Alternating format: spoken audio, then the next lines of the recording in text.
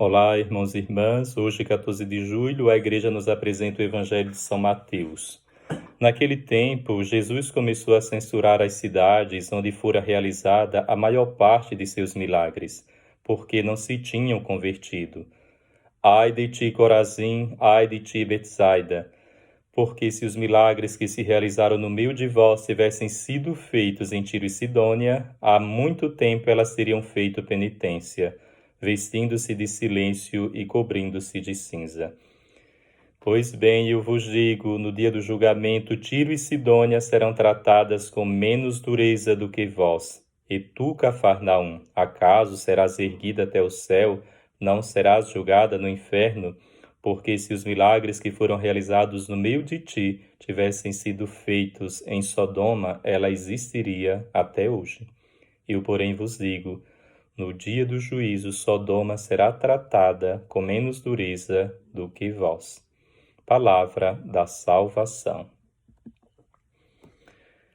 Amados irmãos e irmãs, sabemos que o primeiro povo escolhido foi o povo judeu. Jesus veio para os seus, mas os seus não acolheram. E poderíamos perguntar, por que o primeiro povo que foi escolhido se tornou o último? Pela falta de confiança no seu Deus. Ai de ti, Corazim, é a grande queixa de Jesus. Ai de ti, Betsaida, porque se os milagres que se realizaram no meio de vós tivessem sido feitos em Tiro e Sidônia, que são cidades pagãs, há muito tempo elas teriam feito penitência, vestindo-se de cilício e cobrindo-se de cinza. Nós vemos aqui que as 3 cidades impenitentes, ou seja, que não fizeram penitência, que não se converteram, essas cidades do norte da Galileia, a saber, Cafarnaum, Corazim e Betsaida, constituíam, assim, o chamado triângulo evangélico. Essas 3 cidades tiveram o privilégio de ser testemunhas das primeiras revelações do Messias, das suas primeiras palavras, das suas obras, mas recusaram o seu mestre. Em Corazim, em Betsaida, como também em Cafarnaum, do norte da Galileia, haviam sido realizadas as obras poderosas, ou seja, os grandes milagres do Senhor. E apesar disso, o povo não se arrependeu. Trata-se de um grande desabafo de Jesus. Como deve ter sido difícil a missão de Jesus na Galileia.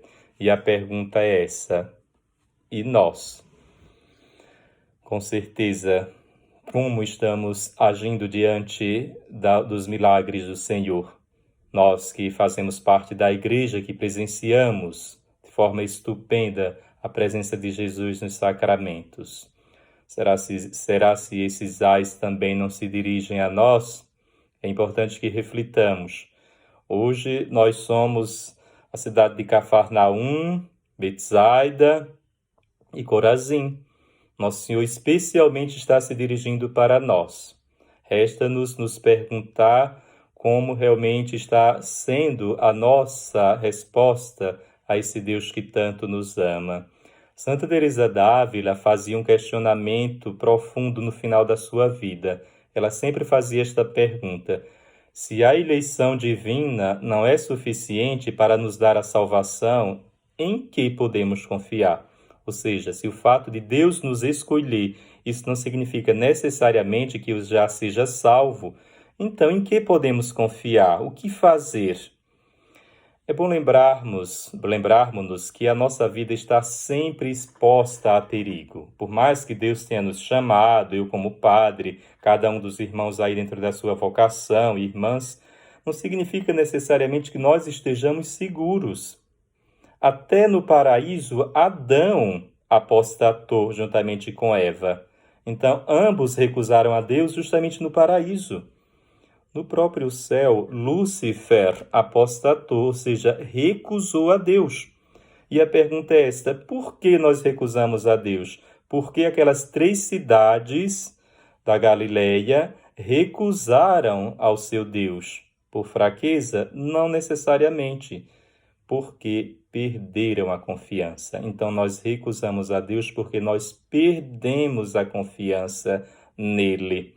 Aliás, quando nós somos fracos, diz São Paulo, aí é que somos fortes. A criança, quanto mais é frágil, se ela confiar no Pai, este a protegerá. Então, com a eleição, Deus mostra a sua confiança em nós e exige de nós a mesma confiança. Ou seja, há aí uma confiança recíproca. São Cláudio de La Colombière fazia uma belíssima oração ao Sagrado Coração de Jesus. Ele dizia: os homens podem tirar todas as minhas posses e a minha honra. As enfermidades podem tirar todas as minhas forças. Com o pecado eu posso perder a tua graça, mas nunca perderei a confiança em ti. E ainda acrescenta o santo: minha confiança é o fato de que tenho confiança. Uma confiança que nunca enganou a ninguém. Então, aqui está realmente como resposta à nossa recusa a Deus, a falta de fé e de confiança. Ai de ti, Corazim, ai de ti, Betsaida. O que seriam esses ais, essas interjeições? São uma espécie de onomatopeia, isto é, quando nós reproduzimos com a língua um som aproximado de um elemento natural, como, por exemplo, o tic-tac do relógio, o au-au do cachorro. O que seria esse ai? Quando nós estamos com dor, nós dizemos ai, ai. Esse ai seria também um lamento nos lábios de Jesus. Não só uma condenação, mas um lamento, um gemido diante de algo ruim que está acontecendo. É uma forma de Jesus demonstrar também sofrimento. O seu ai, com certeza, foi pronunciado com a voz embargada de choro. Os lamentos de Cristo demonstram o seu sofrimento quando nós recusamos a sua graça, pois Deus se importa conosco. Ai de ti, Betsaida, ai de ti, Corazim. Ai de ti, igreja, nós hoje. São palavras duras para quem rejeita a ação de Deus. Quando Jesus disse, ai de ti, Corazim, ai de ti, Betsaida, estava pronunciando o juízo de Deus sobre essas cidades, porque mesmo tendo visto os milagres, não se converteram. Há oráculos negativos, que são oráculos de maldição, como, por exemplo, os ais, e há os oráculos positivos, que são os oráculos de bênção, são as bem-aventuranças, quando Nosso Senhor diz, bem-aventurados os pobres em espírito, porque deles é o reino dos céus. Vemos aí oráculos de bênçãos. Os ais de hoje que nós ouvimos são textos que revelam crises profundas. Expressam com clareza o julgamento sobre quem conhece Jesus e não o aceita. Jesus destaca aqui a responsabilidade humana. Essas cidades que presenciaram os seus milagres, as suas palavras, os seus portentos, os seus prodígios, deveriam ter se arrependido, pois o arrependimento é um grave dever. Quanto mais ouvimos e vemos as obras do Senhor, maior é a nossa obrigação de nos arrependermos. As cidades mais degradadas do mundo, Tiro e Sidônia, conhecidas pelos seus vícios, e a cidade de Sodoma, conhecida pela devassidão moral, estarão em situação mais confortável no dia do juízo do que aquelas que se recusaram a se arrepender e crer no Evangelho de Cristo. Vemos aqui que é gravíssimo rejeitar a graça. Esta página do Evangelho, meus queridos irmãos e irmãs, nos diz algo mais profundo. Os poderes, os milagres, os gestos extraordinários de Jesus não foram suficientes para provocar uma mudança de mentalidade naquelas pessoas, ou seja, não foram capazes de provocar uma conversão.